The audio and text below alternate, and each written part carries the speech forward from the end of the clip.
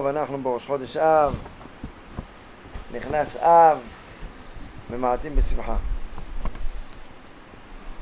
אז אמרו, המיעוט שמחה זה לא צריך להיות בעצב כל הזמן, כי היום אנשים לא חסר להם על מה להתלונן ועל מה להיות עצובים. צריך להיות בשמחה. הכוונה, מי שרגיל כל פעם לשמוע בדיחות, יש ערוצים כאלה בוואטסאפ של רק בטיחות, אז השבוע הזה, השבוע הבא, אנחנו לא רוצים לצחוק, אנחנו די רציניים.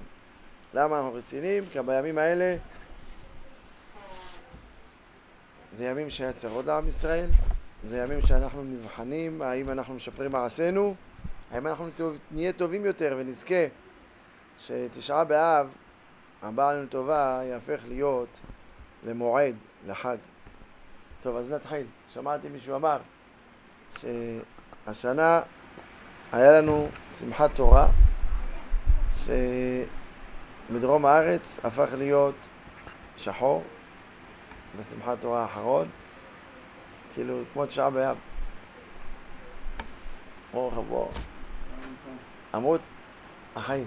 אמרו על שמחת תורה שהיה כמו תשעה באב, מה שקרה בדרום. בעזרת השם, התשעה באב הזה, בעזרת השם, בא לנו טובה, יהפך להיות לשמחת תורה. בעזרת השם. קרא עליי מועד. נקרא תשעה באב מועד, ושזה גם נפקא מינה הלכתית. למשל, האם נופלים על פניהם? האם נופלים על פניהם בתשעה באב? נפילת פנים. אז הבעל הדין נופלים, כי זה יום צום, אבל זה נקרא מועד. אז אומרים, זה נקרא מועד לשבור בחוריי. זה מועד של זמן של צער. אז לכן יש נפילת פנים. השמי, והספרדים לא נופלים על פניהם, כי הם מתייחסים לזה ממש כמועד. מועד זה חג, בחג לא נופלים על פניהם. כמו שראינו, יש לנו ראש חודש ונחשב מועד, אין נפילת פנים. היה ראש חודש, גם במנחה לא נופלים על פניהם. זה זמן של מועד. אז יהיה רצון שעצם הלימוד, ועצם זה שאנחנו רוצים לדעת מה אנחנו צריכים לעשות בימים האלה, מה זה מיעוט השמחה, מה זה יעשה לנו, איך אנחנו נהיה מוכנים יותר לתשעה באב, מה העבודה שלנו, ונראה את ההלכות וקצת רקע על הנושא הזה. מישהו שאל, שמעתי זה מהרב חנוך גבהרד, אמר לו, כבוד הרב, הוא יהודי שכבר התייאש מהגאולה, ולא תבוא הגאולה. למה? אומר, תראה, הכרתי גדולי תורה בדור הזה, מה זה הענקים שהיה מגיע תשעה באב, היו יושבים מכניסת הצום ועד סוף הצום, ובוכים ובוכים ובוכים, גדולי תורה ענקים. כמה הם בכו ולא הגיעה הגאולה. וזה הגדולי הדור שאני מכיר. אתה יודע, אז גדולי דור היו לפני 50 שנה. ענקים שבענקים. וגם הם ככה התנהגו. לפני 100 שנה, 200, 300. היו גדולי תורה ענקים שכולם התפללו וציפו ולא הגיע. מה עכשיו? יגיע לנו? כך אמר, הוא התייאש. אמר לו, אתה רציני? יהודי לא חי כך. כולם, אנחנו מתפללים, מצפים לגאולה. בוא נלך לרב, נשאל מה הרב אומר. לא הלכו לרב גדול, לא הלכו לרב של השכונה. אמר להם הרב, תראה, זה כמו שעכשיו מישהו אומר, הוא מתייאש, מחר לא תזרח השמש. מחר תזרח השמש. מי שיתמהמה. אחכה לו. בדיוק. אנחנו מאמינים, השם הבטיח, אמר לו הרב, תראה, השמש תגיע מחר. מי שמתייאש הוא הפסיד בעצמו. אבל אם השם אמר שיבוא, הנביאים דיברו על זה שיבוא, זה יהיה. רק השאלה אם אתה תהיה מחובר לזה, אם אתה גם תהיה בתוך זה. אם ציפית לישועה בעולם הזה, וגם מי שלא הספיק, שאלה ראשונה שואלים אותו כשהוא מגיע אחרי 120, ציפית לישועה? אז ודאי שתצפה, אל תפסיד בעצמך, זה יגיע. הוא אמר לו שאל תספר את זה לילדים, שלא ידעו שהוא נראה אדם כזה, די מבוגר. האמת היא שיש באמת שאלה, באמת למה הגיע דווקא אצלנו ולא אצל גדולי התורה הענקים שלפני כן? אז הוא סיפר על זה שאם מישהו הלך למשפט והדיין החמיר בדין של ראש משפחה, ואז מגיעים אשתו, כל הילדים, אומרים לשופט, כבוד השופט, ינסה לחוש, לחמול, האישה מדברת, שמע את דבריה ולא השתנה כלום. הילדים דיברו ולא השתנה כלום. עד שפעם מגיע ילד קטנצ'יק, חמודי רק מתחיל לדבר, מתוק כזה, נכנס ואומר כבוד השופט, אני רוצה את אבא. פעם זה מעמיס את הלב של כולם. יכול להיות שרק אנחנו, בגלל שאנחנו דור כזה, ברוכים הבאים, כאלה קטנים, תינוקות של בית חמה, רק התפילה שלנו, כזאת כמו הקטנה הזאת, על סמך התפילה של כל הדורות שהיו לפני כן, תמליץ טוב ויגיע הגאולה. אז אנחנו בתור תינוקים נלמד כמה יש לנו ללמוד. יש טבח שמו. כמה יש ללמוד.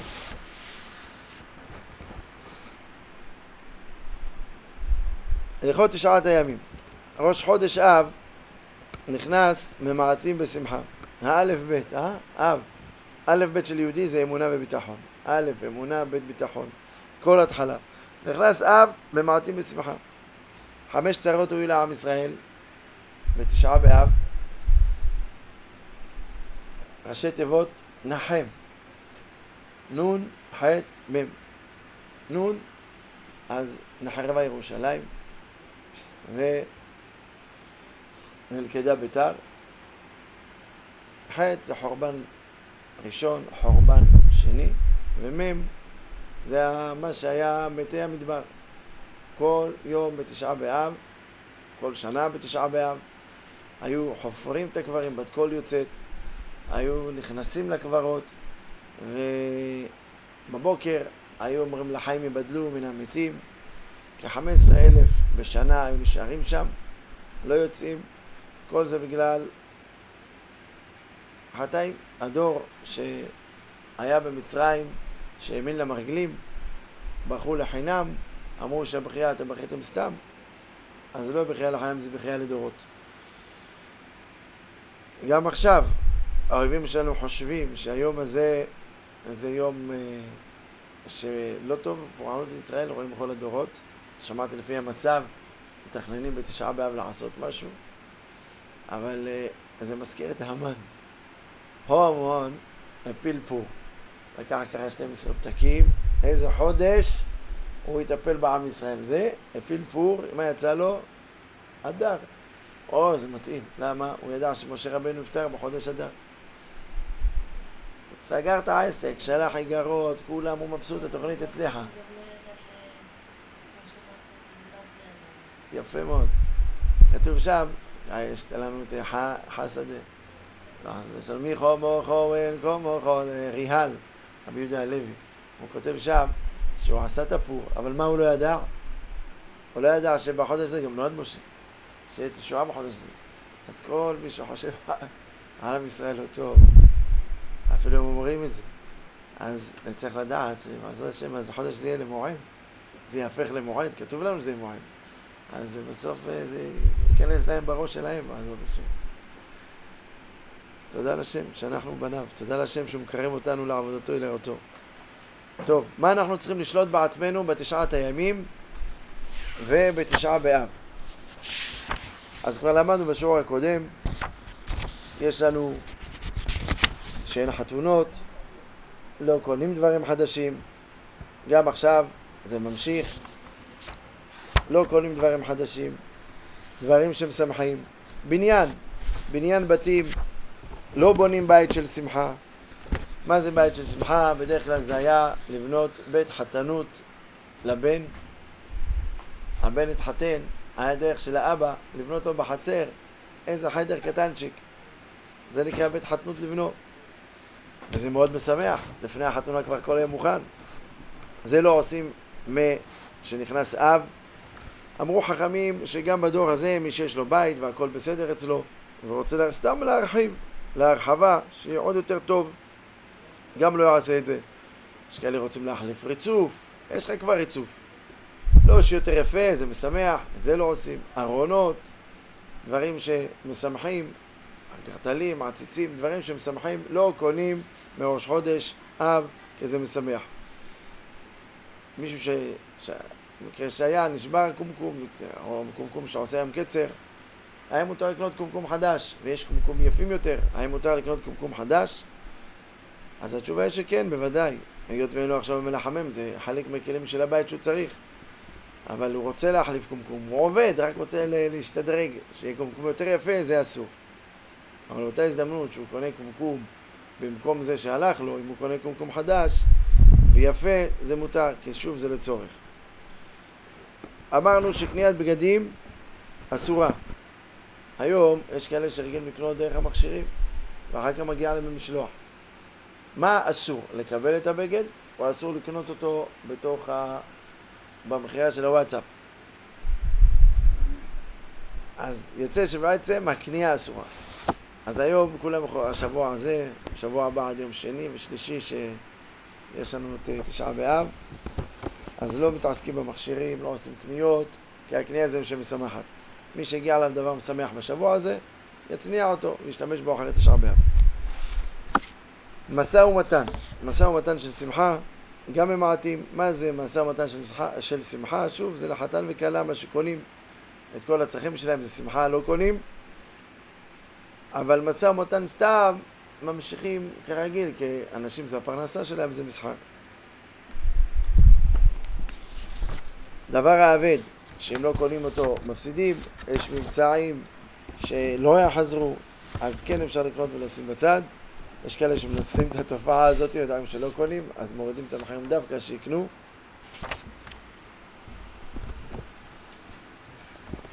כל דבר שהוא לצורך אישי, כמו משקפיים, נעליים, מדרסים לנעליים, על זה לא מברכים שהחיינו, אז אפשר לקנות. אבל גרביים נוספות ואפילו לבנים שיש לו, לא יקנה. מכונת כביסה זה בכלל דברים שצריך. מזגן, האם מזגן, אין לו מזגן, פעם ראשונה הוא קונה מזגן, האם מותר לו לקנות או לא? אני חושב שההלכה הזו השתנתה מדורות מלפני 20-30 שנה, שאז היום הם לא לקנות, שכולם חיו בלי מזגנים, רק המעברים או מניפה. אנשים לא יכולים לעשות, זה חלק מהצרכים כמו מכונת כביסה שחייבים בבית, אז מותר לקנות מזגן. רק כדאי לשלם עליו לפני ראש חודש אב, ואם יבנו ויתקינו אותו, אז מותר. אבל אם זה בתוך, זה בעיה? רצוי, ראוי, לא, אבל זה גם מותר. וגם בשורש אחד בו? כן. בניית מעקה, זה סוג של בניין. האם מותר או אסור? אז גם כן, מעקה זה סכנה. ואז אתה מעקה לגגיך, שלא ייפול לנופל ממנו. אתה צריך לכתוב שלא ייפול ממנו איש, מה זה שלא ייפול לנופל? אתה אומר עליו שהוא כבר נופל. אבל כן, אם בן אדם נגזר עליו שיפול, אז הוא ייפול מאיזה גג, רק שלא יהיה בגג שלך. הוא נחשב כבר נופל, רק שלא ייפול בגג שלך. אז אתה עושה, זה כאילו זה סכנה, לכן מותר לעשות. דרך אגב, יש ברכה על בניית מעקה. השקט נשארנו מצוא מצוונו. על עשיית מעקה.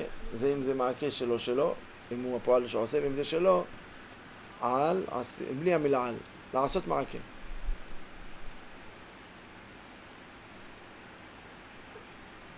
יש בזה דיון, מתי צריך לברך, האם בהתחלה או בסוף? אז בבלוקים זה קצת ספק.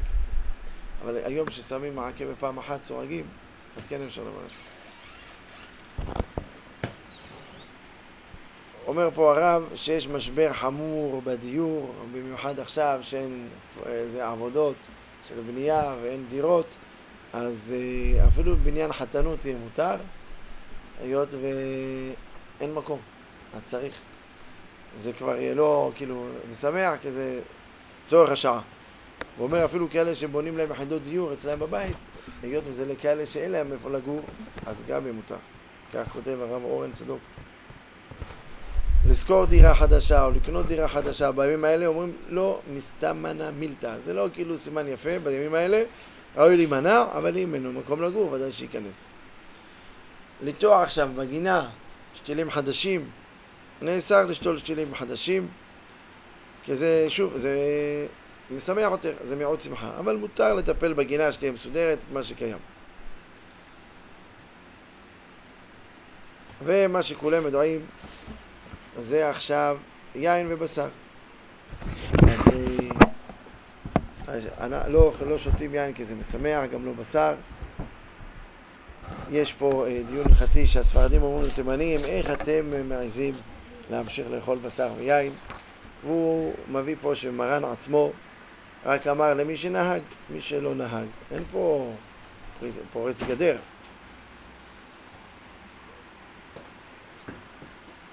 ועוד עריך פה, אנחנו יכולים, לא יפה לאכול לפני כולם, אבל בבית ודאי יכול לאכול, וכל שכן נשאר לו משבת, הוא לא עושה בשביל להרגיז אנשים, שיכול לאכול את מה שנשאר בשבת. שבוע שחל בו תשעה באב. אז זה יום ראשון ושני הבא, שבוע שחל בו תשעה באב. אסרו חכמים להסתפר בשבוע שחל תשעה באב, יש כבר לפני כן שלא מסתפרים. וזה כל שערות הגוף.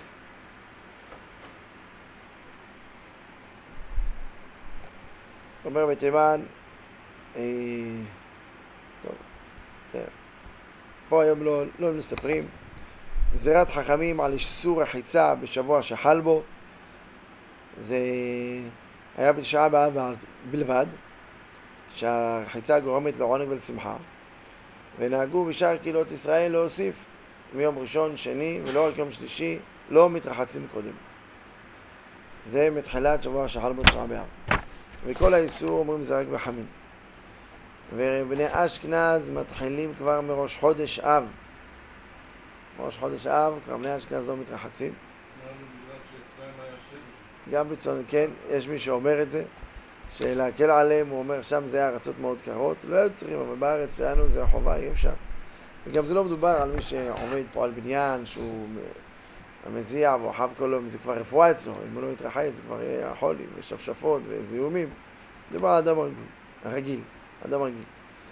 הרב רצה ביוסף, ראוי להחמיר לא להתרחץ בחמין בשבוע שחל בו תשעה באב, לפי שהרחיצה בתימן הייתה בחמין בבתים, לא הייתה של תענוג אלא נעשתה כהכרח. זאת אומרת, ברוכים הבאים. כדאי בית אלוהינו, אין לנו בית המקדש, בשבוע שחל בו תשעה באב, לא להתקלח בו. יום ראשון הבא, שני, לא מתקלחים, עד תשעה באב. גם תשעה באב לא מתקלחים.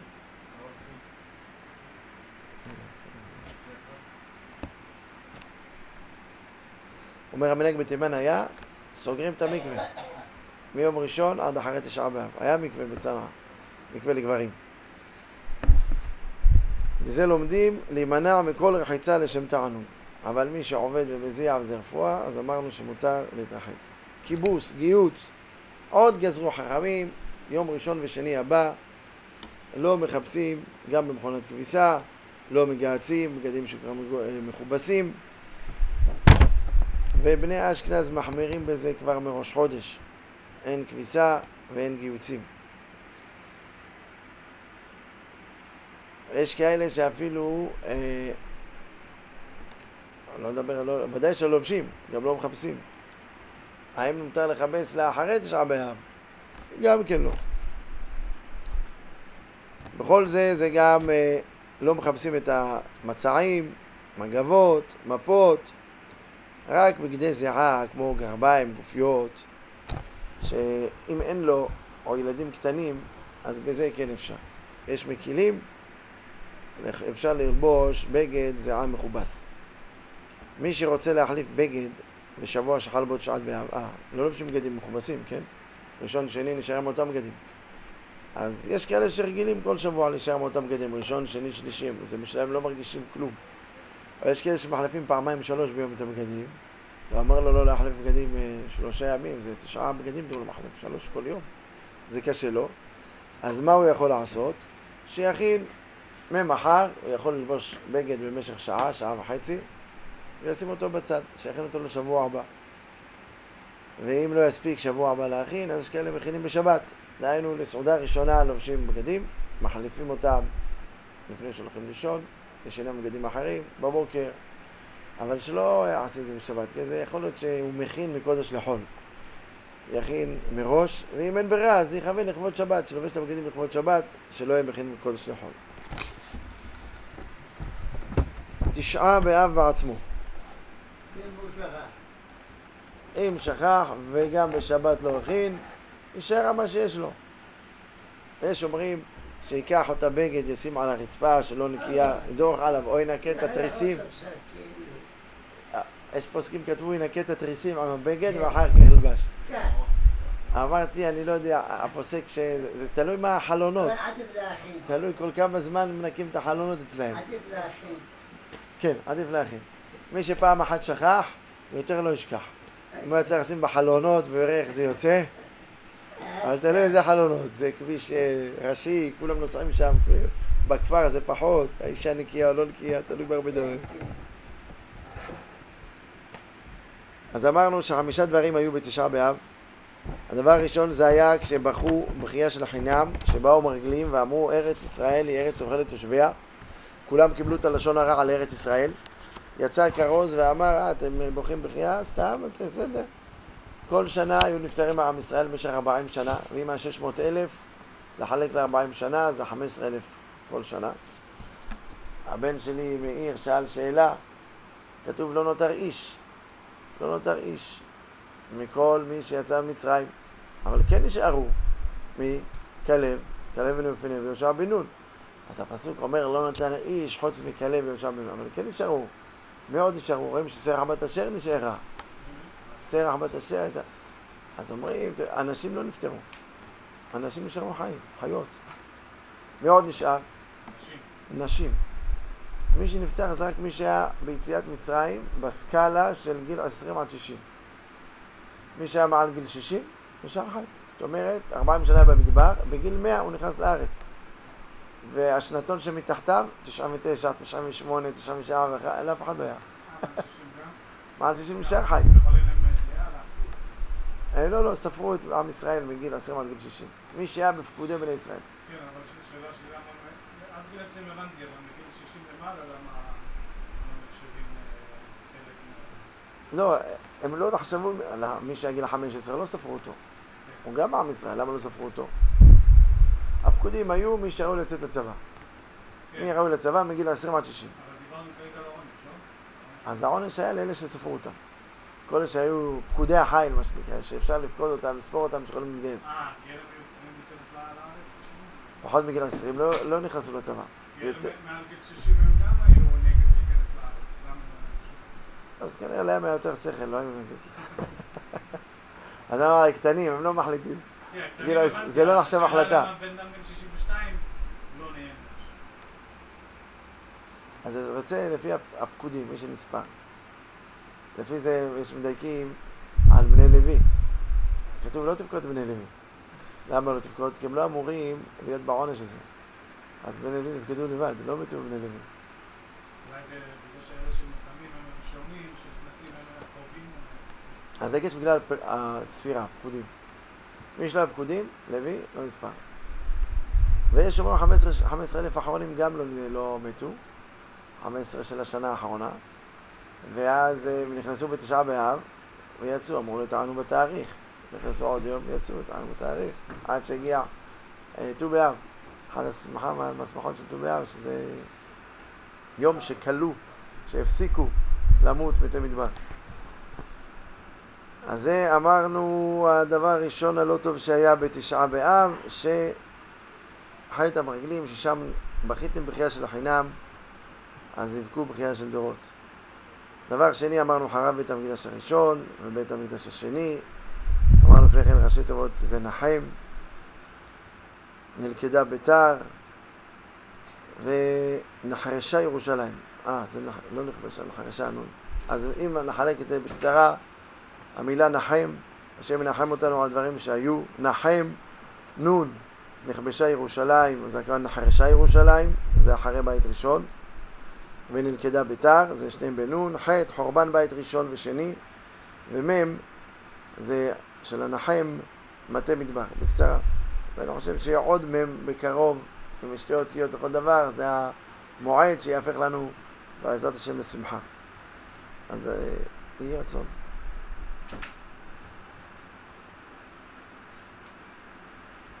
איך נחרבה ביתר? יש לנו ביתר, אבל הגרסה שלנו זה ביתר. סופר בגמרא בגיטין, ברוכים הבאים. הייתה עיר גדולה מאוד, המון מעם ישראל היו שם, אלפים. היה להם מנהג, שולד בן ובת, היו דואגים כבר לחתונה ממתי שנולדו. עושים להם קרן. איזה קרן? לוקחים גרעין קטן, שותלים באדמה. כשהתינוק נולד, שתלו עץ ארז. כשתינוקת נולדה, שתלו עץ שיטה.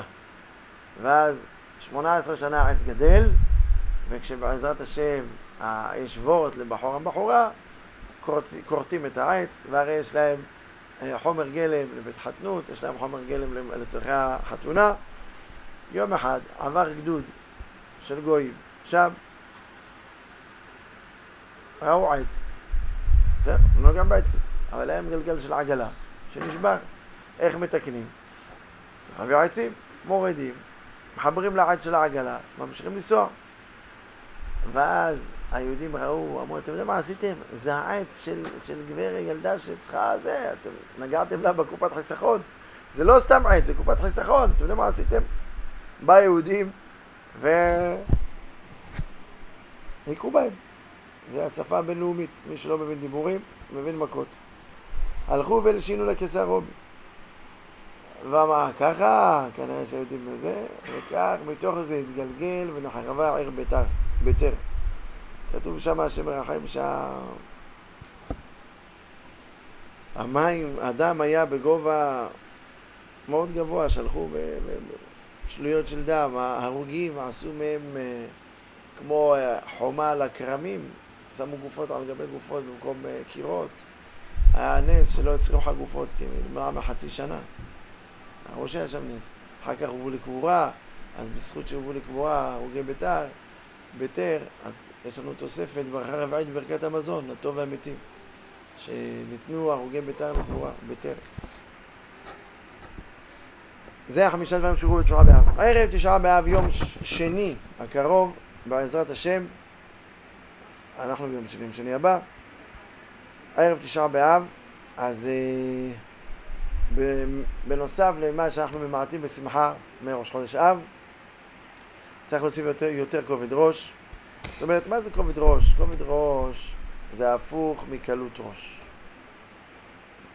מה זה קלות ראש? זאת אומרת, אדם חוטא, אלא אם כן נכנס בו רוח שטות. בני אדם דרך כלל בסדר, עד שפתאום תופס אותו איזה משהו, הוא לא פה. אולי האופנוענים הבינו אותי. האופנוענים שבינינו. אתה נוסע, הכל בסדר. מסתכל ימינה, שמאלה, הכל פתאום, בא לך איזה מישהו שנותן לך עליך עקיפה.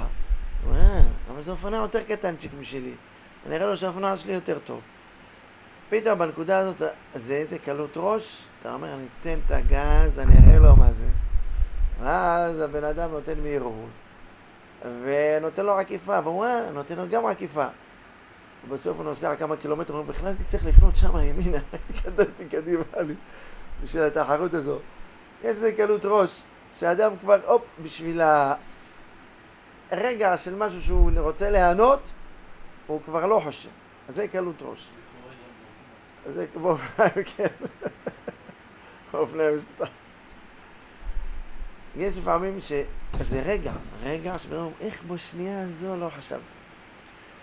למעשה, היום תשעה באב צריך כובד ראש. מה הכובד ראש? להבין מה עוונותינו גרמו. כובד ראש זה הפוך מקלות ראש. פרשת השבוע סיימנו בספר במדבר, היה כתוב שם על מי שגולה לעיר מקלט. מי גולה לעיר מקלט? רוצח בשגגה. זכינו שהיה לנו אורחים השבת, אוהד, אחיך, הוא מביא איתו ספר נתיבות שלום של האדמו"ר מסלונים. הוא אומר, צבי, אני רוצה לקרוא חידוש. חבוד, קרא. האדמו"ר מסלונים כותב בנתיבות שלום מה היה החטא של הרוצח בשגגה. מה? רק בשגגה. לא, הוא כותב בפסוק על הרוצח בשגגה שינוס לער מקלט. בעצם הוא שואל למה התורה קראה לאותו הורג בשגגה רוצח. למה אתה קורא לו רוצח? רוצח זה מי שהרג בכוונה, הוא הרג בלי כוונה. הוא נקרא הורג בשגגה, למה אתה קורא לו רוצח? ועל זה הוא כותב דברים נפלאים. למה נקרא רוצח? והוא אומר, מי שמסתכל, ללמד מסכת מכות, היא מדברת מי החייב גלות. מי החייב גלות זה רק רוצח בשגגה. איך רוצח בשגגה? יש דרגות בשגגה. יש שגגה קרוב למזיד, ויש שגגה קרוב לאונס. מה זה שגגה קרוב לאונס? דבר לא מצוי בכלל. שוגג, אבל משהו פלא, לא מצוי. ויש דבר שבונה, תשים לב, למשל, אדם רוצה לפרק את הכותל שלו, עושה שיפוצים בלילה. והכותל שלו זה החניה בדיוק לכביש של המדרכה. אז הוא מפרק את הכביש באמצע הלילה. הוא אומר, אין אנשים. שובר והאבנים נופלות, בעבר בן אדם נופלה עליו אבן. הוא אומר, בוא, אתה נורמלי? זה האחריות. או 12 בלילה, כולם ישנים. אוקיי, אבל אתה יודע שלפעמים מישהו עושה פה הליכה. אז אם אתה יודע שיש מישהו שהולך פה, אז זה לא בדיוק שוגג, זה קרוב למזיד. אתה יודע שיש פה אחריות מסוימת. אבל אם הוא הולך, מקום שאין שם אנשים בכלל. מה? נפש חיה, מדבר, אף אחד, פתאום מישהו צץ שמה. אז זה קרב לא אונס. תשמע, אין פה אף אחד, 50 שנה לא הולך פה בן אדם. הורדתי את הקיר, פתאום לא יודע מאיפה בא. זה קרב לא אונס, הוא לא שוגג שחייב גלות. איזה שוגג החייב גלות? זה מקום שנקרא יער. מי שהיה חוטב עצים ביער, יער יש רשות לחוטב להיות שם, ולכל בן אדם לטייל שם. והוא מסתכל אם אין לנסוע אף אחד, פתאום מישהו בא הציץ, הוציא את הראש, ועף עליו איזה חתיכה. אז זה שוגג. כתוב שם בבלי דעת, את המילה בבלי דעת. הייתה שם, אומר האדמו"ר מסעודה המילה בבלי דעת, שאותו רוצח, אותו הורג, היה בלי דעת. מה זה בלי דעת? מה קשור? אני עסוק בעבודה. מה זה קשור שלא הורג בשוגג? למה אתה קורא לרוצח? אומר לו, לבחורצ'יק הזה יש עבר. מה העבר שלו? אם הוא היה, אתם יודעים מה זה מילה דעת? כתוב, האדם ידע את חווה אשתו. ידע, ידיעה זה חיבור. מכיר אותה, מבין אותה, קשור אליה. והאדם ידע את חווה אשתו. האדם ידע את אשתו, מכיר אותה, עובר אליה. איזה כיף. צריך גם לדעת את השם. והוא בבלי דעת, הבחורצ'יק הזה שהיה בחוטב העצים, לא היה מחובר לבורא עולם. הוא לא יודע שכל דבר שצריך לעשות, כל בהשגחה פרטית, לדבר עם השם, תפילה, תורה, האם כל מה שאני עושה, אהבת השם, מידות טובות, כל פעולות שאני עושה זה מה שהשם רוצה. אני הולך עם השם לכל מקום. הבחורצ'יק היה לו, הכל לבד. כוחי ועוצם ידי, אני עושה את הכל. בלי השם יתברך. הוא אומר, לכן נקרא רוצח. הוא הלך לחטוב עצים שהוא חושב, הוא עושה הכל לבד. אני, בלי דעת, בלי לחבור לבורא עולם. אז יוצא שדעת זה להיות מחובר לבורא עולם. כל מעשיך יהיו לשם שמיים. ופה ההפך מדעת זה כובד ראש. עכשיו אנחנו צריכים לראות איך אנחנו בשבוע שחל בו תשעה באב, או מעכשיו נכנס אב, ממעטים בשמחה. נראה לי חידוש תעד השמיה להגיד בזכותכם. נכנס אב, ממעטים בשמחה. הרי שמחה גורמת לקלות ראש. ריקודים, קלות ראש. יש כאלה לא מסוגל לרקוד אלא אם כן שותים ואז זה קלות ראש. לא. נכנס אב ממעטים בשמחה. אתה מוריד בקלות ראש. אתה מוריד בקלות ראש, יש לך יותר כובד ראש. אתה מוריד בקלות ראש, אתה מתחבר יותר לבורא עולם. יש לך יותר דעת, הוא נכנס אב ממעטים בשמחה, להוריד דברים ככה מכל הצדדים. אתה מוריד מזה, יש לך יותר דעת לחבר לבורא עולם. להבין מה קרה פה. אנחנו מחכים לאבא, אנחנו יתומים. אין לנו את אבא שלנו, לא מכירים אפילו מה זה קשר בין אבא לבן. כמה זה, או בן לאב, לא יודע מה זה. איזה חיבור יש נהדר לאבא עם הבן או בן עם האב, אפילו הורים וילדים. שנדע מזה להשכיל לבורא עולם הקשר. למה? כי גם ההורים שלנו יתומים מאב, וגם הוא היתום מאב. אין לנו את הקשר כבר 2000 שנה עם בורא עולם, אבל להבין שמי שקשור לבורא עולם הוא חי אחרת. להבין שמי שקשור לבורא עולם מי שהיה בבית המקדש 3 פעם בשנה, פעם בסוכות, חצי שנה אחר כך בפסח, ואחר כך בשבועות, חצי שנה הוא רק מחייך.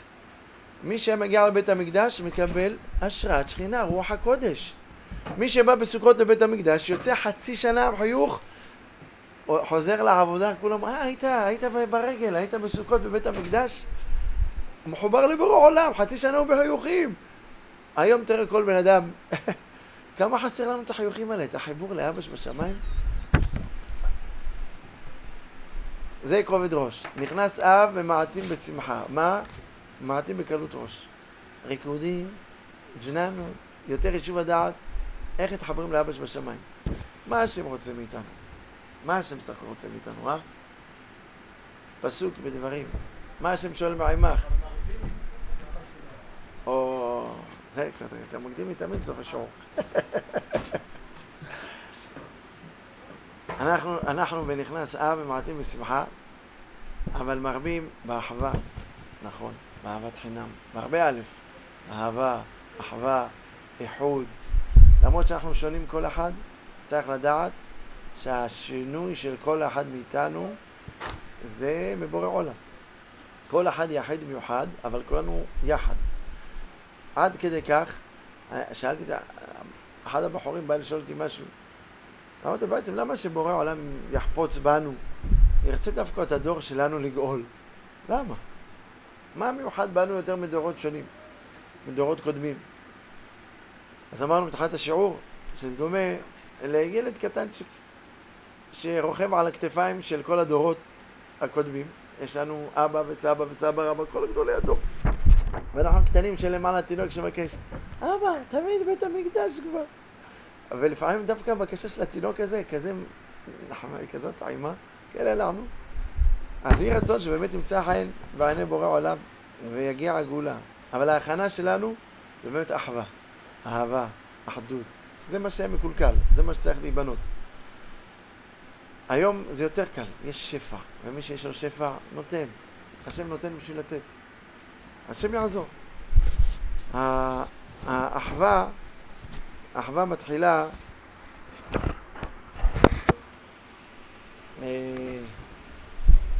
בטוב לב. וזה קשור למה שהשם שואל מעימך. זה כתוב מה זה? פרשת עקב? מה אמרת ישראל מה השם שואל מעימך? כי אם נראה את השם אלוהיך בכל דרכיו, לאהבה אותו, לעבוד את השם אלוהיך בכל דרכיו ובכל נפשך. ראיתי את זה אתמול שוב בספר מסילת ישרים. בהקדמה שלו כותב המסילת ישרים, בסך הכל מה השם שואל איתנו? מה? אבל זה יצר לי סיטואציה להבין, זה ספר סיפור אישי, לא לפרסום. יש אצלי איזה בחור שמתארח אצלי. למה הוא מתארח? הוא סילק את עצמו מהבית. בבית הוריו, כבר בן 18-19, הוא היה צריך להחליט האם אתה רוצה את אבא או אמא או את הפלאפון, הוא החליט שהוא רוצה את הפלאפון. יש הרבה דברים מעניין בטלפון, אמרו לו הורים, לא בבית, אי אפשר. תחליט. חשבו שהוא החליט את הבית, אבל הוא החליט את הפלאפון. אז אין לו איפה לישון. אז הוא חבר של הבן מכיר אותו, לא בדיוק חבר, בסדר. אפשר לישון אצלך. אז מתחת לבית יש איזה מחסן. אמרתי לו, בסדר, תבוא לישון. אני חודשיים לא בדרשתי ממנו כלום, הכל בסדר. אתמול שקראתי את מסילת ישרים, שאומר, מה השם אלוהיך שואל מעימך? כי אם נראה אותו. מה בסך הכל? פתאום אתה חושב, כמה השם נותן לנו אוכל, חיים, פרנסה, משפחה. תחשבו על כל הטובות שיש. שאנחנו חיים השם נותן לנו, הכל. כל מה שמסביבנו. נעימות עכשיו יש פה של מזגן, של מעברים, של תאורה, של כיסא מרופד לשבת, של ריצוף. תראה, השם נתן לו כל זה. מה השם שואל? כי אם נראה את השם לא רע. לירו, מה השם? לפחד, יש לך פה מישהו שצריך לפחד ממנו. אחרי שקראתי את זה אמרתי, תשמע, אתה פה אצלי תקופה ארוכה, לא ביקש לך הרבה דבר, אבל נראה לי שאתה לא מכבד אותי. אמר לי, למה? תראה, הבאתי לך מברשת שיניים, המשחת שיניים, שתשתמש בהם. נראה לי החודשיים לא השתמשת בהם, אני רואה אותם באותו מקום. לא נקבע המשחה והמברשת. אומר, לא, עזוב, לא צריך שיניים, אני לא מצחצח שיניים. הפריע לי, כאילו אמרתי, תשמע, אם אתה בא אליי זה בשביל להתחזק, להתעלות, לא בשביל להידרדר, להתקלקל. אז אני אומר, תשמע, בנעימות, אם אתה מצחצח השיניים כל יום, אתה יכול להישאר כאן. אם לא, תחפש לך מקום אחר. לא יודע איך יצא לי, אני בדרך כלל בחור טוב, אבל הרגשתי, מה אני שם שואל ממך? כאילו, מה אני ביקשתי ממך? רק תחצח השיניים. זה לטובתך. אתה יודע כמה זה לתקן שינה אחת 4,000 שקל? זה כולה 20 שקל לנקות את השיניים, מחזיק לך לחצי שנה. שינה אחת, אתה יודע כמה מברשות שיניים אתה יכול לקנות ומשחות שיניים בכמויות על תיקון שינה אחת? וכל השיניים, זה גיל כזה שזה בשבילך, שתבין, לטובתך. הבורא עולם יודע מה אנחנו עשויים. גוף, נשמה. והנשמה הזו זה לא רק נשמה רגילה, יש בה חיה יחידה, יש בה חלקים של עולמות עליונים. יש בנו תכונות שאנחנו לא נבראנו רק להיות בעל החיים פה, לענות ולאכול ולישון ולשתות ולטייל. נבראנו לעוד איזו תכלית רוחנית, גם בעולם הזה, גם נצח נצחים. יש עוד משהו שאחרי העולם הזה, זה רק פרוזדור, יש חיים נצחיים רוחניים. אי אפשר לעבור עם הגוף הזה למקומות אחרים. הוא נשאר פה, אבל יש חלק בתוכנו, החלק שבתוכנו זה נשמה שבאותה צורה של גוף. פה בקצה של הזה יש נשמה. הנשמה שלנו באותה צורה. הגוף זה רק כלי להכיל את הרוחניות שבנו, זו אותה צורה. והדבר הזה רוחני, אחר כך יש לו עוד ישיבה של מעלה וגן עדן. הדבר הזה צריך מחובר בעולם. ומה השם אומר בשבילכם, מה אני, לטובתכם, אתם פה גרים אצלי בעולם, העולם הזה, בבית שלי, נתתי לכם איזה מחסן כזה. לא מבקש מכם כלום, מה אמרתי לכם? לטובתכם, תשמרו על נקיות, תשמרו לטובתכם, אל תרסו, אחר אתם תשלמו על זה. הבאתי לכם נשמה, אלוהי, נשמה שתמיד טהורה, תברתה, תלצתה, שמור על הנקייה, מצוחצחת נקייה, לא לחלך אותה. ומה אני אומר לכם? אם משהו לא היה בסדר, תנקו. אז קחו משהו תנקו. ואני אומר לכם לנקות, זה תשובה. תשובה זה חרטה. להתחרט, לא הייתי בסדר, אבל אני אומר עכשיו יהיה בסדר. תשובה. זה התעוררתי במסעד ישרים. מה השם שואל מאיתנו? רק לירה. מביא לנו הכל, רק בקשה אחת קטנה מבקש אותנו. וזה שלמות העבודה. שלמות העבודה זה זה לא, אתה אוהב את השם. זה לא דומה מי שאומרים לו, תעשה, כמו רובוט. אתה חייב לעשות, הוא מפחד. אם לא יקבל עונש, אז אתה אוהב, אתה מבין? מה דומה למי שיראה למי שאוהב? מי שאוהב את אבא, אז הוא בא מראש, אבא, מה איך לשתות? אבא, מראש מחזר, מחפש, אבא, מה אתה רוצה שאני אעשה? מי שיראה, אומר, אבא שלי בצהריים, אם אני לא מכין לו לשתות מראש, אוי ואבוי מה יהיה פה? אז הוא מכין את הכוס, אבל זה בא מיראה, זה לא אותו דבר. אבל צריך גם את זה, כי השלמות של העבודה גם מיראה וגם אהבה. וזה נכנס אב, ממעטים בשמחה בקלות ראש ומוסיפים כובד ראש. מה עבודת השם שלנו? ולצערנו, רק שההלכות אומרת לא שומעים מוזיקה, לא קוראים דברים חדשים, לא אוכלים בשר, לא שותים יין, רק שלא עושים כביסות בשבוע שחל בו, לא לובשים נקים מהארון, 3 ימים אתה אותם בגדים. אז בן אדם מתחיל להרגיש באמת קצת מסכן, ואז הוא מרגיש את כל הטובות שיש לו כל השנה, ואז הוא מתחיל להכיר יותר טובה. אבל כל זה השם לא רוצה, השם לא רוצה שנהיה תמיד בצער, שנהיה באבל. השם רוצה שנהיה בשמחה. אבל אתם יודעים, יש 2 ידיים, יש שמאל דוחה וימין מקרבת. שמאל דוחה זה לפעמים דברים לא נעמים, אבל ימין אחר כך מחזירה. ימין יותר חזקה, למרות שהרחוק, הימין מקרבת יותר. יש אחרי שאנחנו עכשיו 3 שבועות בקושי, בחורבן, יש לנו אחר כך 7 שבועות של הפטרה, נחמו, של 7 דנחמתה. השם, אל תדאגו, אוהב אתכם. ובאמת, השם אוהב אותנו. מי שיתבונן, אני לא יודע, צריך להעמיק בזה, השם אוהב אותנו. כל אחד יעזור לי. למה השם אוהב אותנו? למה השם אוהב אותנו? בנים שלו. מי שנשוי, יש לו ילדים, עכשיו מבין מה שאורי אמר. מי שרווק עדיין לא מבין, מה זה לא מביא ילד? אני אוהב את עצמי קודם.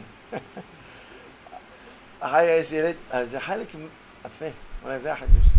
הבן הוא חלק ממני, לכן אני אוהב אותו. אז אנחנו חלק, השם נפח בנו נשמה, ויפח באפם נשמת חיים, אנחנו חלק מדילי נפח, השם נפח לנו משלו, אז יש חלק אלוה ממעל בתוכנו, השם אוהב אותנו כי יש בנו חלק אלוה ממעל, חלק ממנו, יפה מאוד, יפה. אז יוצא שכל אחד מאיתנו חשוב, כי יש בו חלק אלוה ממעל, יוצא שכל אחד נברא רק בזמן הזה, זאת אומרת שהשם רוצה בקיומו דווקא בדור הזה, וכל רגע השם מחיה אותנו, אז אם כל רגע השם מחיה אותנו, אז הוא חפץ בקיומנו כל רגע. אז כן השם רוצה בנו. אז מה נשאר לנו? רק להתבונן. נשאר בנו רק להסתכל. נשאר בנו רק להתחבר לאבא. סיפרתי את זה אחת השנים פה. בשביל להבין מה הצער של הגלות, מה הצער, זה היה בן של מלך אחד. שהרשיע כשהיה ילד קטן, שובב, אבל כל מה שהוא עשה היה בתוך הארמון. יש לו פדגוגים, מחנכים, מנסים ליישר אותו, להדריך אותו, אבל הוא היה שובב כזה שאף אחד לא יכול עליו. הופך בארמון, עושה בלגנים. בן של מלך, מי יכול להגיד לו משהו? אבל כשהבחור גדל ורצה לצאת מחוץ לארמון, קצת חששו. למה? הסבירו לו, שמע, אתה בן של מלך, צריך לדעת להתנהג. בחוץ יש דרך ארץ, יש אנשים, אסור לגנוב, אסור לגזול, יש... מה שהסבירו לו לא עזר. כשהבחור יצא החוצה, התבלבל, גנב, גזל, התנהג, כולם מסתכלים, מה, זה בן המלך? בן המלך, אוי ובוי, כך בן המלך מתנהג איזה חילול המלך. ושזה הגיע למלך, שהבן שלו עשה חילול המלך, לא הייתה ברירה למלך אלא לשפוט את בנו יחידו, משפט פומבי. המלך עשה משפט פומבי לבנו, ועל העבירות שעשה המלך פסק שבנו חייב ללכת לכלא. המלכה הצטערה, מה, תשלח את הבן שלנו? הוא אומר, כן. את צריכה להבין, זה לא חטא שרק היה אצלנו בארמון. ברגע שכל העם ידעו מזה, אז שאני עושה לבן שלנו דין ומשפט, כל עמי הארץ ידעו שהמלך הזה מלך אמת. המלך הזה גם לבן שלו לא עושה פרוטקציה. כולם ירעדו ויפחדו מהמלך הזה. כולם ידעו שאני מלך אמת. וכך היה. שלחו את הבן לבית הסוהר. אבל דאגו לו בבית הסוהר. המלך לא עזב אותו. שלח לסוהרים, לשב"ס, הבן שלי אצלכם, שימו לב עליו. נתנו לו מזרון טוב, כרית טובה, אוכל טוב, חדר, אמרנו שב"ס, אבל חדר, לא צינוק, כמה כוכבים. בקיצור, רק את החופש נתנו ממנו, וגלות, הוא לא אצל אבא. ועובר שנה ושנתיים ושלוש, והבן נמצא בכלא. האם הבן למד לכך? לא למד לכך. 10 שנים, 15 שנים, 20 שנה עוברים, והבן אומנם מתבגר, התחיל קצת שערות לבנות, אבל עדיין בן שובב. אחרי 22 שנים רואים את הבן בוכה. למה הבן בוכה? באים הסוהרים, לאט לאט שולחים אליו איש שב"ס. ומה קרה? מה, הכרית לא טובה? מה לא, הכרית בסדר. המזרון לא נוח לך? המזרון בסדר. מה, האוכל לא טוב פה אצלנו בשב"ס? לא, הכל בסדר. מישהו מהסוהרים עשה משהו? לא, הכל בסדר. אז למה אתה בוכה? אמר בן המלך, רק עכשיו אני מבין איזה צער עשיתי לאבא שלי. רק עכשיו אני מבין כמה צערתי את אבא המלך. רק עכשיו הגעתי לגיל שאני מבין איזה צער עשיתי לאבא. זה, מי שמגיע להכרה כזו, הוא כבר בוגר. וזה ההכרה שאנחנו צריכים להגיע אליה. מה זה צער השכינה? מה זה צער שיש לבורא עולם? בכל צרתם לא צר. בכל צרה שיש לנו, צר גם לבורא עולם. גם הוא מרגיש את הצער. כי אנחנו בנים שלו. אבל בן שמשכיל להבין כמה צער יש לבורא עולם, אז הוא מתחיל לבכות. לא רק על החטא, גם על כמה צער עשה לאבא. וכשאנחנו נבין את זה, אנחנו כבר בדרך הנכונה, אנחנו חצי רגל בגאולה. כמה אפשר לבכות על הצער? זה העבודה, זה החיבור. וכשנבכה כראוי בעזרת השם, אז נפסיק לבכות. כמו שירמיה הנביא אמר למי שהיה בחורבן בית המקדש הראשון, הם הגיעו לבבל אחרי הגלות, וירמיה הנביא מזהיר אותם שנים על גבי שנים, תחזרו בתשובה. איך חוזרים בתשובה? מתחרטים, די, עוזבים את הדרך הלא טובה, בוכים על העבירות שעשינו, ולא חזרו בתשובה, והייתה גלות. הם מגיעים לבבל, ואז על נהרות בבל, שם ישבנו, גם בכינו בזוכרנו את ציון, שם בכינו. למה שם בכינו? בירושלים לא בכו, לא חזרו בתשובה. אמר להם ירמיה הנביא, עכשיו אתם בוכים. אם הייתם בוכים בחייה כזאת בירושלים, לא הייתה נחרבת. אז אנחנו עכשיו לומדים את זה בשביל לשוב, בשביל לעשות את העבודה. נכנס אב ומעטים בשמחה, בשביל מה? שלא יהיה קלות ראש, שיהיה חיבור לבורא עולם, שיהיה הבנה מה אנחנו מפסידים, מה אנחנו צריכים לבנות. וכל שכן בתקופה הזו, שיש, אומרים, מצפון ומדרום, אבל מי שיהיה מחובר יותר לבורא עולם, לא צריך לדאוג, גם בעולם הזה, גם בעולם הבא. גם מה כבר הוא שחק? מה משחק? הוא הגיע יותר מהר לזה, זה גן עדן. אבל אנחנו רוצים להישאר בעולם הזה ולקיים בעולם הזה את המצוות.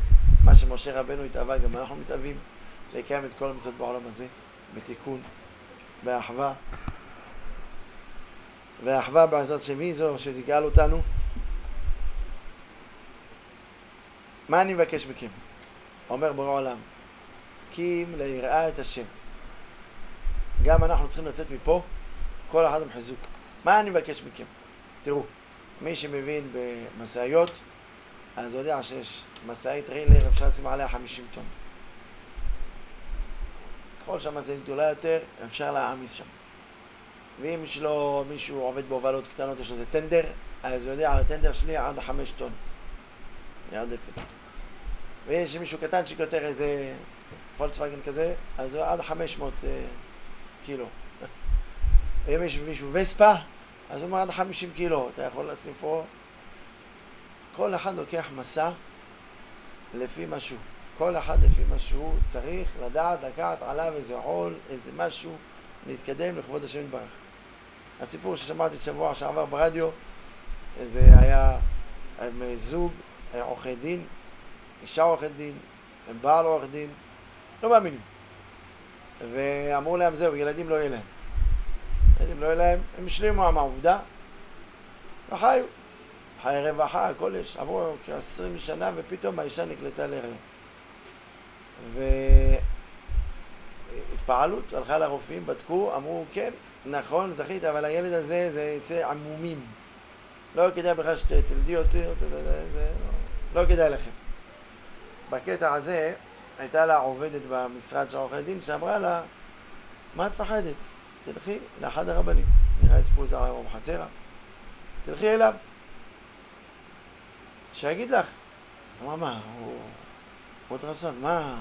הרופאים אמרו, תלכי. היא בגלל כל הציפייה שהייתה לה שנים, הלכה. מה הלכה? היא לא יכולה ללכת, הרב לא מקבל נשים. אמרו לה שהיא תכתוב מכתב, והרב יקרא את זה ועזרה תשובה. אז היא כתבה מכתב. ואיך היא תשלח את המכתב? היא אמרה לבעלה שילך, קרא את המכתב. בעלה אמר, אני לא מאמין, לא הולך לרבנים, לא אכפת לי, תסתדרי לבד, שחי שליח. אמרה לו, בעלי יקר, אני יכולה לשלוח שליח, זה לא עניין של כסף. אני רוצה שיהיה לי מישהו אמין, שאני יודע לסמוך עליו, וזה רק אתה. אני רוצה את זה בכלי ראשון, שאם יהיה משהו שהוא יגיד, שאני אוכל לשאול אותך, כי מחר עורכי דין, בדיוק אני רוצה לשמוע מה שאמר, וכשאני שומע את זה ממך, אני רגועה. אם זה כך טוב ילך. הלך, עם המכתב, הגיע על הרב, הרב קורא את המכתב, מסתכל, חושב, מסתכל, אמר לו יהיה בסדר. נתלד, הילד יהיה בריא ושלם. שמע את זה, אמר לו, אבל אתה יודע, הרופאים אמרו מומים, מה? הילד יהיה בריא ושלם. הוא לא... אמיר את שמי, אמר לו, כבוד הרב, אם יהיה מומים, אני אביא לך אותו, שאתה תגדל אותו. אמר לו, כן, הנה פה כל, קרא לשמש, תראו, הם העדים, שאם תביא אותו, אני אגדל אותו. וככה בחור הלך, יצא, הודיע לאשתו, לא הפסיק את ההיריון, וברוך השם, נולד ילד בריא ושלם. הם כל כך התרגשו, הרגישו חייבים טובה. מה חייבים טובה? הם שלחו לרב פתק של ביטור הכרת הטוב. הם רוצים לקבל על עצמם משהו. מה יקבלו על עצמם? כתבו שם או טהרת המשפחה, או שמירת הלשון, או שמירת שבת. שהרב יבחר אחד משלושת הדברים האלה. הם מוכנים דבר אחד, הם לא יוכלו לעמוד בכל דבר אחד. מה הם יכולים? הגיע לרב, הרב מאוד התרגש. למה הוא התרגש? הוא קודם כל אמר להם, הם שישמעו טהרת המשפחה. קיבלו. למה הוא התרגש? הוא אמר, תראו, היום מבינים ששמירת הלשון כזה חשוב, כמו טהרת המשפחה ושמירת שבת. השם יחזרנו, כי באמת בית המקדש השישי נחרב בעבור לשון הרע. השני, נכון. בעבור לשון הרע. וזה מה שאנחנו צריכים לתקן. לשון הרע, זה לא היה רק לשון הרע.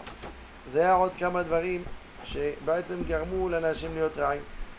היו כאלה שאפילו למדו תורה, והם העמידו דבריהם על דברי תורה. זאת אומרת, כך כתוב, כך צריך, ולא רחמו אחד על השני. היו הרבה דברים שבשם התורה אמרו, אנחנו צריכים לדעת שיש דברים שלא תמיד כתובים, ולא תמיד צריך לעשות לפי עיקוב ההר, הדין את ההר. יש דברים שבאמת צריך לדעת להיות טוב, כמו שהשם טוב. וזה צריך שימוש תלמידי חכמים. מתי אפשר, מתי לא. ולא תלמידי חכמים ולראות. זה לא רק לימוד. זה להיות ולגדול עם תלמידי חכמים. ולשרות במחצתם. ואז לומדים את השפה, איך יהודי צריך להתנהג. ראינו את זה, אני זכיתי לראות בהרבה הורים יהודים ויהודיות שבאו מגלות תימן. שהיה להם חוכמת חיים כזו, שהם לא למדו את כל הספרים שיש פה. אבל ההתנהגות שלהם, הדרך הארץ שלהם הייתה תוצאה של ידיעה, שהייה עם תלמידי חכמים שידעו את כל התורה הזו, וההתנהגות שלהם הייתה בהתאם. מה שהיום מגלים בחינוך, באוניברסיטאות, בקורסי החינוך, וכל מיני דברים, ידעו את זה פשטות. אף אחד לא ללמד אותם בדור שכך צריך להתנהג. וזה התורה. אז השם יזכה אותנו. ללמוד, ללמד, לשרוב ולעשות. יש לנו תשעה באב שהחג הזה, הצום הזה יהפך לחג. וכמו שאמרנו, היה צער בשמחת תורה, ושהיום הצער הזה יהפך לשמחה. זה על ידי העבודה שלנו, זה התפילות. בתשעה באב כמובן לא אוכלים, לא שותים, זה מיום שני בשקיעה. הולכים לבית כנסת התימנים עם טלית. אם אתה לוקח את הטלית לפני השקיעה, יברך עליה, אם כבר אחרי השקיעה לא מברך עליה כדיני אבלות. בבוקר לא מנחם תפילין. בבית הכנסת אנחנו יושבים על הרצפה, גם בערב, גם בבוקר, כזה מנהגי אבלות. לא אומרים שלום אחד לשני, גם בוקר טוב. למה לא אומרים שלום? כי מי שאבל לא אומרים לו שלום. זה ההלכה הייתה בדרך כלל אצל תלמידי חכמים, אבל משמע שצריך להבין את זה גם למי שלא תלמיד חכם. למה? כי כתוב שאם מישהו אומר לך שלום, אז אתה לא אומר שלום, אתה אומר שלום, בקום ודרוש, וישים לב, אתה לא מחייך אליו ולא אומר שלום כרגיל, אז תסביר לו שעכשיו זה תשעה באב ואומרים בכובד ראש. לא אומרים התלמידי החכמים, אבל זה בכובד ראש. גם אצל אבלים, מי שבא לנחם אבלים, האבל יושב על הרצפה, אז יש כאלה, יאללה, מה ישמע וזה, מה שלומך, הוא בא לשמח אותו, לנחם אותו, כמו מישהו בצער, אבל יש דרך לנחם, לא אומרים שלום לאבלים ולא סחבק. יושבים אצל האבלים בלי לפתוח את הפה. ההלכה אומרת, אסור לפתוח את הפה עד שהאבל פותח את הפה ושואל אותך, פותח בדברים, אז אפשר להמשיך לדבר. מישהו פוגש אחד שני בתשעה באב, אז לא אומרים שלום, אבל יש אומרים שהיו אומרים תבוסר בנחמת ציון, והוא אומר לו תבוסר בנחמת ציון בירושלים, ויש אומרים שרק בסוף תשעה באב אומרים את זה. הישיבה על הארץ, היום זה הכי קל, כי אנחנו שומעים כיסאות. בתימן לא היה כיסאות, אני זוכר את הבית כנסת לידינו, היו שם על מצעים, אחר כך קנו כיסאות, שהיו ילדים. אז מה היו עושים בתשעה באב? גם ככה יושבים על הרצפה כביכול, על קריות. אז בתשעה באב היו מוציאים את הקריות, יושבים רק על המחצלות, על הרצפה ממש. מה עושים היום? היום יושבים על שרפרפים. העיקר הוא זה לשבת על הרצפה, או על איזה כרית שברצפה. מכל מקום אומרים שכל 3 טפחים זה נחשב מחובר לקרקע. אז מביאים שרפרף שהוא פחות מ3 טפחים. אז זה נחשב כאילו יושב על הרצפה. אבל היום מביאים שרפרף, והשרפרף לא נוח, אז שמים עליו כרית. כשזה נוח, מביאים כרית עבה. בקיצור, הוא מגיע ל4 טפחים. אז הוא לא מקיים מצויה אבלות מזה. אבלות זה רק פחות מ3 טפחים. אותו דבר כיסאי אבלים. בדרך כלל כיסאי אבלים, חותכים להם את הרגליים, עושים אותם נמוך ב3 טפחים, שיחשב כאילו מחובר לקרקע. הכי נכון זה לשבת על הקרקע עצמה, אבל אם אי אפשר, ואנשים מבוגרים, אבל אם מוסיפים כרית והגיעו לגובה הרגיל, לא עושים בזה כלום. לא רק בבית הכנסת יושבים על הרצפה, גם בבית. שחוזרים אחר כך מהערבית, יושבים על הרצפה. מה עם לישון? לא ישנים במיטה, ישנים על הרצפה. אפשר להוריד את המזרון לרצפה ולישון על המזרון. זה טוב לעשות, לא כולם סוג הזה, אבל יש כאלה היום, שמעתי שגם המזרונים יותר מ3 טפחים. יש מזרונים כאלה. אז אם הוריד את המזרון 3 טפחים לרצפה, הוא לא עשה כלום. אז שיקח גם כן משהו מהילדים, איזה מזרון, דרך מזרון להורים. שמעתי שהמזרון הזה עולה יותר מהמיטה. לא מנחם תפילין בבוקר, מנחם אחר הצהריים. ברכות השחר, הבלדי, לא מברכים 2 ברכות, שעשה לי כל צרכי. למה? אסור בנעל את הסנדל, והמעביר חבלי שינה, גם כן כלא שופטים את הפנים. אז איך עושים בבוקר? איך נותנים ידיים? קצת מים, עד לפרקי האצבעות, רק על זה נותנים. פה ופה, לא כל היד, רק על פרקי האצבעות. ואחרי היד לחה, לא כזה לחה שמטפטף מן המים, שאם אני נוגע פה, הספר נרטב, אלא לח כזה, רק לח שלא מרטיב, אפשר לעשות קצת, להוריד את הלפלוף. זה מה שמותר בתשעה באב. כל זה מדובר על אנשים רגילים, אבל אם יש מישהו שיש לו חולי, או משהו בעיניים שצריך לשטוף במים, זה חייב, זה מצד רפואה יעשה. אותו דבר אדם שמצד רפואה צריך להתקלח, יש לו, לא יודע, פצעה מסוים שחייב ניקיון, אז ודאי שגם זה לא מדובר על חולים, ופצעים מדובר על אנשים רגילים.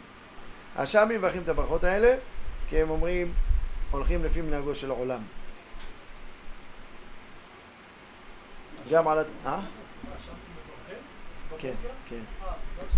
מנהגו של העולם, כן. אמרתי שיש גם בלם שאומרים שכל מסך של הבלד היה זה מה היה מנהגו של העולם. אמרו לי שכל ברכות שהשוטף בכל יום במנהגו שלה, אנחנו גם כן לא שומרים, לא רואים אותם, ואף הפרק מברכים את זה כמנהגו של העולם. יפה. אז גם נעל הצנדל וגם מעלה שלה, גם כן, גם לפי הניסח מקליטים שמעביר ולפי הניסח של המנחה, שזה יכול להיות גם מישהו שאולי ישן אפילו כל על אותו מחלוקת, שלא ישן כל הלילה. הרב, הוא כותב פה בשם פנחס קורח, שלא הזכיר לדלג אלא שעשה לי כל צר רוחוי. משמע שהמעביר חבלי שינה יברך. זה הרב פנחס קורח, נכון. את הציצית אנחנו רגילים לנשק בבוקר, לא מנשקים. כי גם לא מברכים עליה. לוקחים את הציצית רק בגלל דיני האבלות, שיראה עטוף כאבל ולא לשם מצווה. אז לא מברכים עליה וגם לא מנשקים אותה בבוקר, כי גם לא מניחים תפילין. לא אומרים שירת הים, אומרים שירת האזינו, כי זה תוכחה. אין נשיאת כפיים של כהנים בבוקר, רק במנחה נניח תפילין, במנחה יהיה ברכת כהנים. ואמרנו על תחנון, נפילת פנים, הבלדים נופלים והשמי לא נופלים, כי אומרים זה מועד. ברכת הלבנה אנחנו נעשה בסוף הצום, בעזרת השם. כמו למה דווקא בסוף הצום אפשר כבר לברך איך שאחרי 3 ימים, מנהג הבלדי. התשובה היא שרואים באבלות אז הם לא פנויים לברך. ועוד, אומר טעם נוסף, שמוצא תשעה באב נולד בן דוד. בברכת הלבנה אנחנו אומרים שעתידה להתחדש. גם אנחנו בעזרת השם עתידה להתחדש, ומלכות דוד תתחדש עלינו בעזרת השם, ונראה את הכל בשמחה. יש כאלה שתועבים משהו לפני ברכת הלבנה, זה אפשר. אוקיי, מה אחרי תשעה באב? זה 10 באב. אחרי תשעה באב למעשה לנו לתימנים נגמר כל האבלות, אפשר הכל כרגיל, אבל אחינו הספרדים לא אוכלים בשר ויין עד למחרת, עד חצי היום, והאשכנזים גם מוסיפים שלא עושים כביסה וגם לא מתרחצים עד כל יוד, עד שכבר עובר יוד, זה האשכנזים. למה? כי אומנם בית המקדש נחרב בט' באב, אבל עיקר האש הייתה שם בי' באב. כך עושים.